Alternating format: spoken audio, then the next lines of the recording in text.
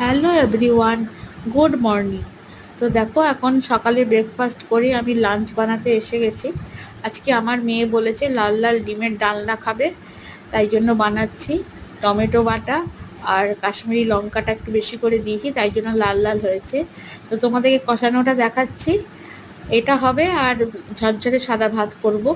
তো তোমাদের এই কষানোটা কেমন লাগছে আমাকে অবশ্যই জানাবে। ডিমের ডালনাটা দেখতে এখনো ঝোল দিইনি, অল্প অল্প ঝোল দেবো, একদমই কম ঝোল দেবো, গা মাখা মাখা হবে। তো তোমাদেরকে পরে দেখাবো, এখন এই কষানোটা দেখাচ্ছি। আর কেমন লাগছে আমাকে অবশ্যই কমেন্ট করে জানাবে। তো এখন রাখছি। হাই ফ্রেন্ডস, আশা করি তোমরা সবাই ভালো আছো, আমিও ভালো আছি। তো দেখো, এখন আমি সকালে জলখাবার খেয়ে লাঞ্চ বানাতে চলে এসেছি। ভাত টাত সব হয়ে গেছে। তো এবার ডিমের ঝোল করব, ডালনা মতন বানাবো আজকে। তো সেই লাল লাল করে ডিমের ডালনা আর ঝরঝরে সাদা ভাত, আজকে এটাই আমার মেনু।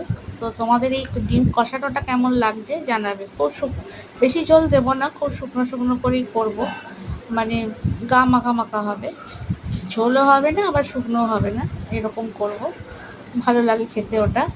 তো তোমাদের কেমন লাগলো আমার, আর ডিম কষানোটা কেমন লাগছে আমাকে জানাবে। তোমাদের যদি ভালো লাগে সেও জানাবে, ভালো না লাগলেও জানাবে। তোমাদের কেমন লাগছে আমাকে অবশ্যই কমেন্ট করবে। তাহলে এখন আসছি, ঠিক আছে, টাটা।